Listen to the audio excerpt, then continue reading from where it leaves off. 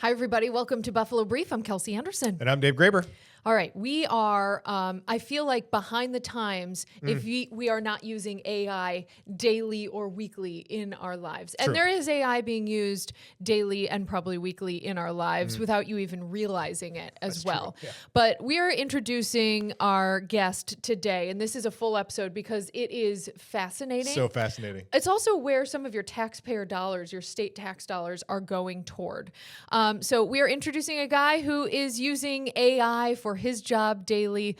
He is a Buffalo-bred guy, Western New Yorker, PhD, and he is staying here in Buffalo because Empire AI is here in the state. This is a big push by Governor Kathy Hochul, and UB is using it greatly. So we are going to introduce Thomas Grant, Dr. Thomas Grant, to our show today. Thank you so much for being here. Thanks for having me. And basically what you're doing is you are using a $2.18 million grant to help develop drugs faster and to help develop drugs that are more efficient to what they're treating. And these drugs can be from anything from cancer to Alzheimer's disease and so many things in between. So we are going to kind of break that down and explain exactly how you're doing that, how you're using AI. And if someone out there is saying, I don't know anything about AI, maybe you'll learn something new today as well. I feel like we've already learned quite a bit. Welcome to Buffalo Brief. Thank you. All right, let's talk about Empire AI because that gets us into what this is.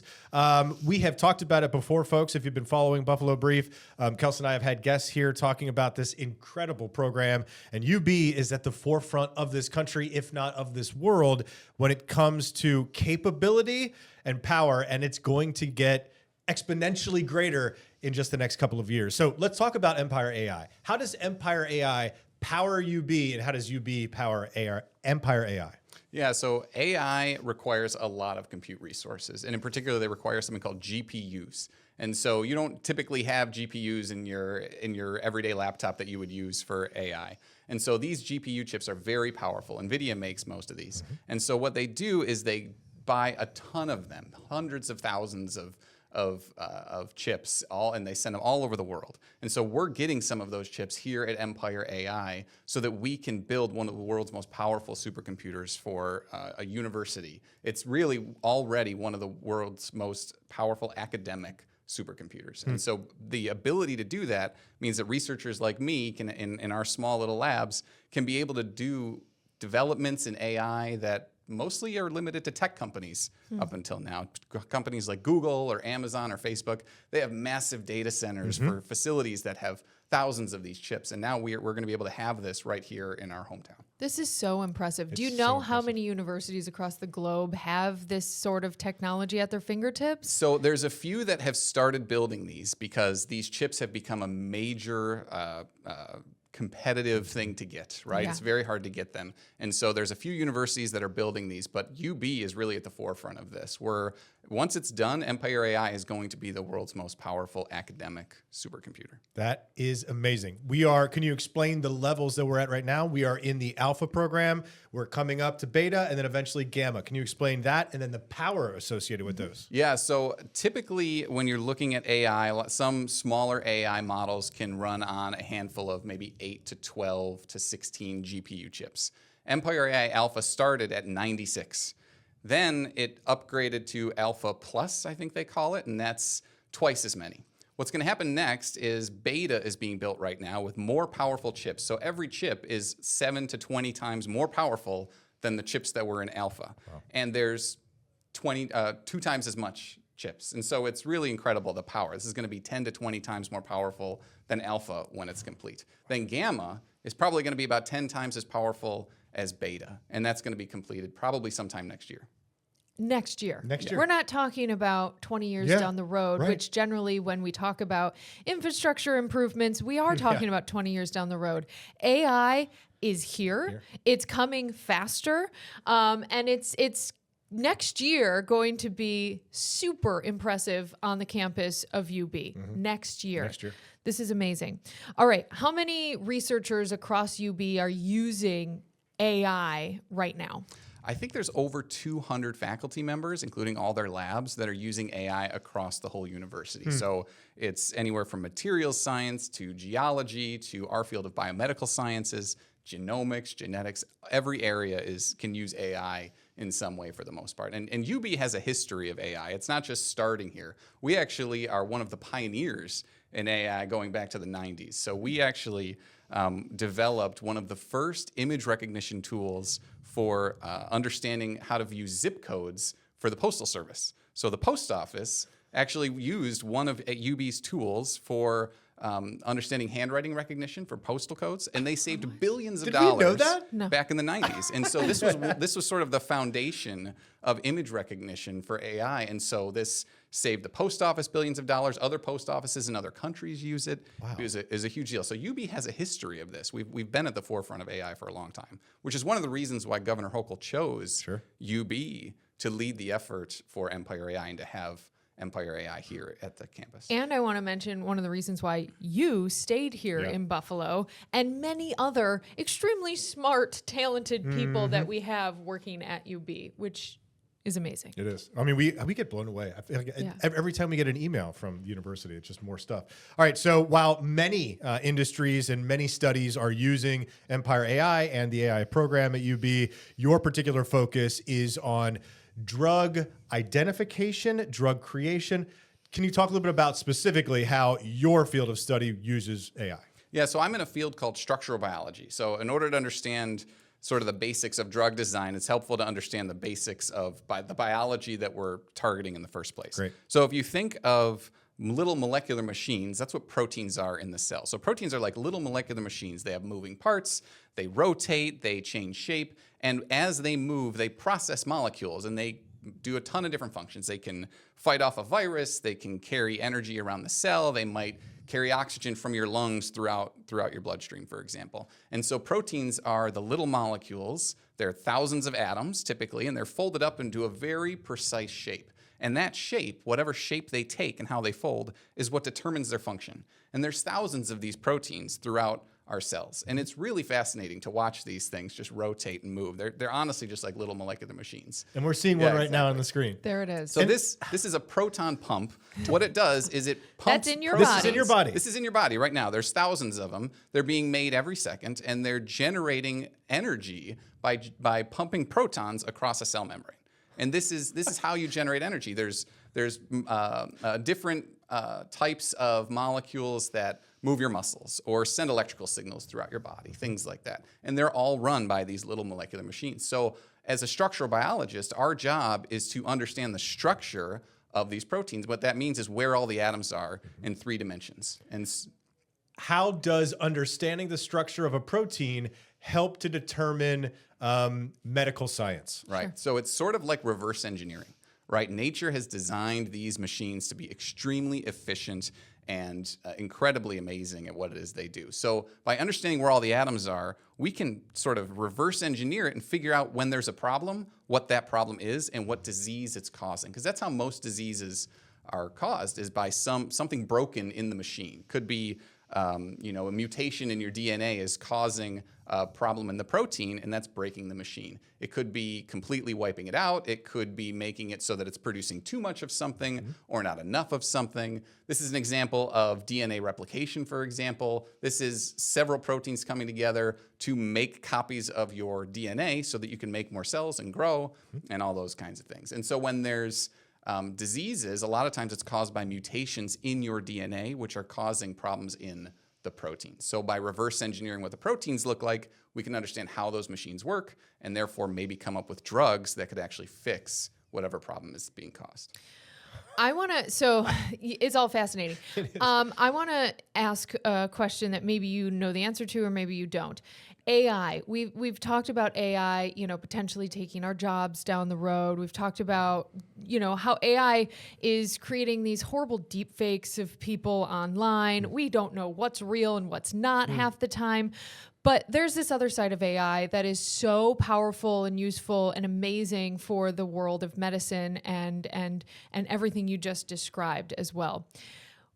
A year from now, 2 years from now, 5 years from now, do you think we are going to create drugs that could cure things that we haven't seen a cure for in our lifetime. Do you think this is speeding up, this rate exponentially in the next like 5-10 years type of thing? We don't even need to wait 5 or 10 years. It's already happening right now. There are already drugs in clinical trials that have been designed using tools like AlphaFold, which is what our technology is based on. What are these drugs curing or helping?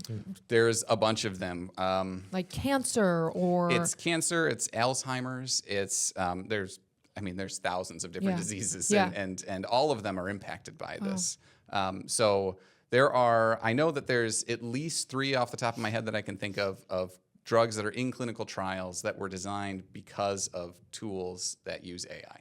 Wow. And those potentially wouldn't have happened in the time frame they did. Right. So people have been trying to target these diseases for decades. Right? And so typically as structural biologists, what we do is we determine the structures of these proteins with experiments. We usually use X-rays to take pictures of these proteins. We do something called X-ray crystallography. And Buffalo has a history of being at the forefront of X-ray crystallography. If you've heard of the Hauptmann Woodward Institute downtown, Herbert Hauptmann won the Nobel Prize for determining what's called direct methods, which is how we solve structures in X-ray crystallography. And so having those X-ray crystal structures is what formed the basis of all these AI tools, because you need structures to be able to train the AI models on, right? And so without those structures, you'd never be able to have the AI be able to predict new structures. When you look at like a protein molecule, let's say in like Alzheimer's or cancer or what have you, something that is of course common that people think they think about it on a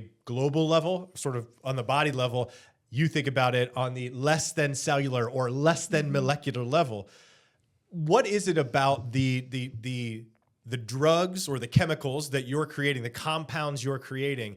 How do they affect these particular cells, these cancer-causing cells? Do they, let's say, just use cancer or Alzheimer's in that, if you know, do they replace something? Do they fix something? Is like cancer the wiping out that you were describing before as you were kind of going through the 4 instances? Is that what cancer does? Is that the example that you were giving it? So different drugs work in different ways. Right. So a lot of drugs, probably most drugs I would say, work on kind of a lock and key mechanism. So think of a protein like a lock. It's got a shape, right? And you need to design a small drug which acts like a key, which fits into the lock and can fix whatever problem is caused, right? Can unlock whatever you need unlocked. And so it's obviously far more complicated than that, but that is the basic idea. But some drugs, they work differently. There's a lot of interest in GLP-1 of course, right now, which is the basis of like Ozempic and these weight loss and diabetes medications. Those are peptides. So those are a little bit larger, and you need to understand how those peptides bind to the target protein in order to know how they work. And that's where structural biology comes in. Something just occurred to me with those. So many people are using them. They're pervasive, it almost seems. Although there are people out there who definitely have concerns, and rightly so, over the long-term effects, because this is so new. We don't know what the long-term effects are. Or here's my question, do we? Before, maybe we would have, before AI, let's say, we would have had to go through 5-10 years of Ozempic use to see how these people, the general public, are reacting to it. Now, can we put that data or put something into AI to do that for us? And do we know what the long-term effects are? I'm using Ozempic as an example, but of maybe other more pervasive or common drugs, could AI help us know that? I don't think that you can ever know long-term effects until you have a long period of time, right? You just have to have a certain number of years in order to do that. That's why clinical trials are so important, because they're trying to understand what those long-term effects could be as soon as possible and get those drugs into patients as soon as possible to make them helpful. It's certainly plausible to think that AI can help accelerate that. Maybe there are certain similarities between different drugs, and if that drug has long-term effects and it's similar to this other drug that we're trying to design, maybe we can learn from that so we don't have to take quite as long, and we can remove risks and side effects. Got it. You got this $2.18 million grant to create this AI tool. Will you explain and I think we've already kind of explained over the course of 15 minutes kind of what this is, but explain the name of the tool and how long it's taking to kind of create and train. I know you train AI. Yes. Yeah. So this tool is based off of a tool that Google DeepMind developed. So a few years ago, Google made a big splash and released a program called AlphaFold. And AlphaFold it's sort of heralded as one of the most important things that AI has done to date. Because, as I said, X-ray crystallography takes time. It often takes months or even years to determine a protein structure. And it's trial and error. And it's expensive. It costs hundreds of thousands of dollars for every protein structure that you determine. AlphaFold allows you to predict it with AI in minutes. Right? And that's incredible. So we went from before AlphaFold having about 200,000 known protein structures to within a year or two having 200 million protein structures. Every protein in your body now has a structure known, which is just every single one. It's Wow. just incredible. However, we still need experimental data because AI, if you've ever used ChatGPT or any of these things, Yes. it hallucinates, right? I was just going to ask that. It's not always right. And it's the same thing with structural biology. AI is not always right. AlphaFold is an amazing tool, but it's not perfect. We still need human scientists to get in there and fact check effectively what these AI models are producing. And so what we're trying to do is develop a tool that allows you to sort of inject experimental data into that prediction process. Our tool is called SWAXfold. SWAX is X-ray scattering. So it's like taking an X-ray snapshot, kind of like X-ray crystallography, but it doesn't require a crystal. So it doesn't take long. It takes a day or two. And so you can take an X-ray snapshot of your protein and understand the basic shape of the protein, and then feed that information into our algorithm SWAXfold to get you a structure that not only could be right, which is what AlphaFold produces, but actually is right because it's got X-ray data to back it up. And how long Wow. will this take you to kind of prove the AI was maybe correct or there were some issues the first time? Yeah, good question. So it is a lot of computational power. So we've been working on this for about a year and a half now. We got some initial seed funding from the University of Buffalo to start this project. So we've been, sort of teaching ourselves AI in the process. I wasn't actually an AI person myself until I found out about Empire AI, really. And so we started learning how to design these programs and how to design SWAXfold. So we've been building that. We have some basic proof of concepts at this point, but that's what the grant is for that we just received, is to make this all work. And it's a 5-year grant. It hopefully won't take 5 years. We have a lot of steps along the process, but we expect within the next couple years we'll have something that people can actually use to be able to help design new drugs faster. So basically, this will be an improvement over the AlphaFold. Is that what you said? Correct. That was created by Google, by a different company. While that was revolutionary and changed the game of what you do, being able to read proteins, identify them, and then how they react to different compounds. This is going to be basically what beta is to alpha, or maybe gamma is to the whole process. You're building a better system to better identify more quickly proteins. And more accurately. And more That's accurately. really the key thing, is Huge. to make sure that it's accurate. So And AlphaFold was a huge deal. It won the Nobel Prize in 2024. So this was considered like the top science news story of the year. 2024. Right? 2024. That was yesterday, amazing. Tom. It was so fast, right? It was so recent. And so, being in the world of AI, you got to keep up with these things. And that's why it's so important that we have the tools and the computational power like Empire AI to be able to do this. Because if we didn't, we would just get left behind. Yeah, we and would. and now we can be at the forefront instead. So you are the only one doing this in the world?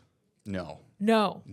This Okay. is a competitive market. Okay, Ooh. I assume so. So you are kind of racing against Yeah. a clock as well here. Yeah, a little bit. Yeah, Okay. we're definitely, but we're also, the experts in the world of Confident. X-ray scattering, right? And so we have some advantage Okay. in that area. So Okay. That's pretty Wow. fantastic. I guess that global competition on anything makes the end result better, right? So, what do you think sets you apart from your competitors? Because obviously you've been successful up to this point. UB is the sort of foundational level of all of this. What makes you guys stand out over the next couple of years? Yeah, well, I think for one, we got started earlier than a lot of people because we were experts. You have to have a domain expertise in this area to be able to do this, right? And so we were experts in X-ray scattering. And when we found out about Empire AI, I was like, hey, we need to get on board with this. And so we went and taught ourselves. So I have a really great team. I have postdoc Sarah and 2 students, Patrick and Richie, that are just amazing at this stuff. And so we've all sort of taught ourselves AI over the last few years and been able to get ourselves to the point of understanding how AlphaFold works and then how we need to change it in order to integrate our understanding of the physics and of the math and of the science of X-ray scattering in order to improve this model. Wow. Okay, amazing. so from what you guys do, what is the next step? Then you give it to who to then create these drugs that are more, that creating them faster and more precise? Yeah, so this would be an open tool that really anybody can use. So scientists all over the world can use it, and pharmaceutical companies can use it. And so pharmaceutical companies already use X-ray scattering, and they already use AlphaFold. Now we're going to let them do both at the same time. That's effectively what we'll be able to do. And so understanding how the protein changes shape, which is what X-ray scattering is good at, is really critical for designing more accurate drugs. Because if you take a picture of a protein from AlphaFold and it's in the wrong position, the wrong shape, then you might design a drug that doesn't work. Right. Or it might fail downstream in clinical trials. But if you can use X-ray scattering with SWAXfold to make the correct structure of a protein, now the drug you design is targeting the correct shape and is more likely to work because the lock is correct, so your key is more likely to be correct. So then the hope is that we can cut down the time it takes to design drugs. Right now it takes something like 12 to 15 years to go from a target, which is like the disease protein that you want to target, to a drug on the market. And it usually costs $2 to $3 billion. And most of that is failure, right? It's not the one that worked that costs all the money. It's all the thousands that didn't work that cost all the money. So when we're taking drugs and we're paying, exorbitant costs for medications and stuff like that, one of the reasons is because of how much R&D it took to get to that point. And so making that process shorter, if we can cut the drug design time in half, we're also cutting the cost. We're making drugs cheaper. We're making them safer, so there's less side effects. And we're making it accessible sooner to the population. And do you think that's what this will do? Cut it in half, go from 12 to 6 years potentially? I think that's a and half the reasonable hope. cost? Yeah. So I think the combination of these tools could definitely do that. Yeah. Because you almost still need a clinical trial regardless, because like we said, AI is not going to solve that problem. Right. You need the experience of how does the human body actually interact with these compounds. That's true, but there's also some really neat applications of AI here at UB that people are doing where people don't necessarily need to create new drugs. They're finding how to use existing drugs, which we already know are safe, in new diseases, right? Maybe there's all these drugs that are out there. This has happened dozens of times where there's drugs that are out there that we can repurpose for some new application, and we need AI to be able to sort of scan through all the different diseases and look through all the different proteins that are involved and take all of the FDA-approved drugs, which we know are safe, and then put those into these new contexts. Do you expect the vast changes in that market, existing drugs and their application?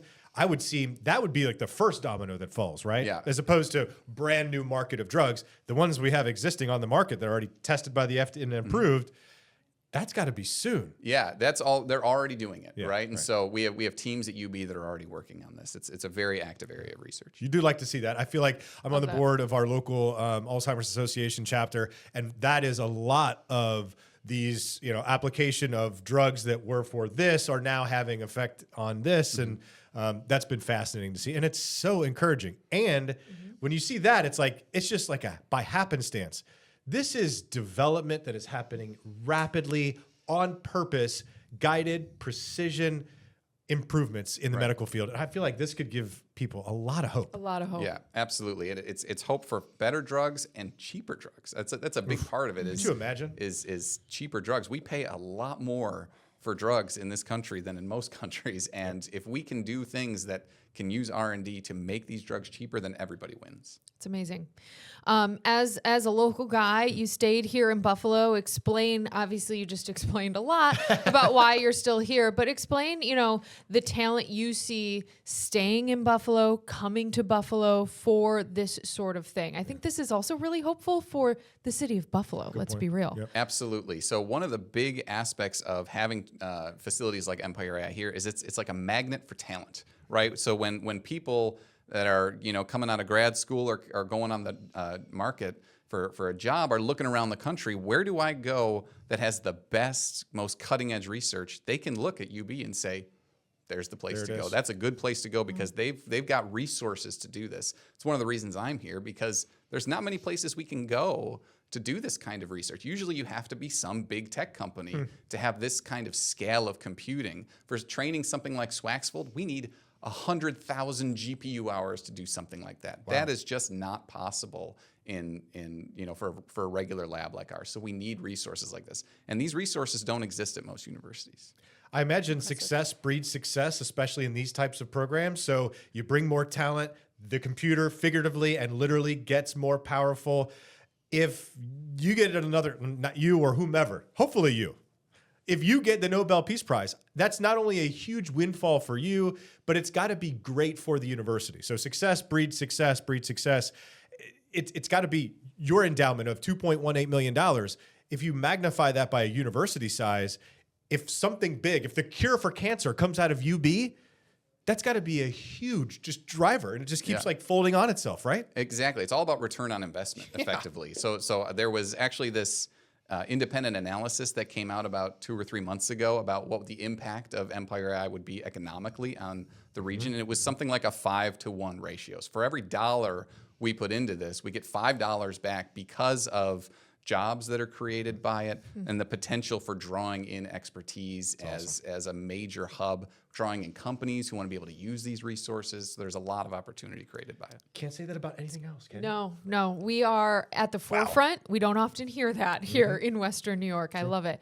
All right, Dr. Thomas Grant, thank you so much for joining us. We really appreciate it. For having me. You really opened our eyes and taught us a lot about what UB is doing as a whole and what you are doing as a whole. And thank you for what you're doing, because who knows when someday down the road, 10 years down the road, some of us our family members could get diagnosed with something, and a drug that you helped with your Swaxfold, nice. Helped create. So thank you. Yeah, thanks for having me. Appreciate it. Appreciate it, Tom.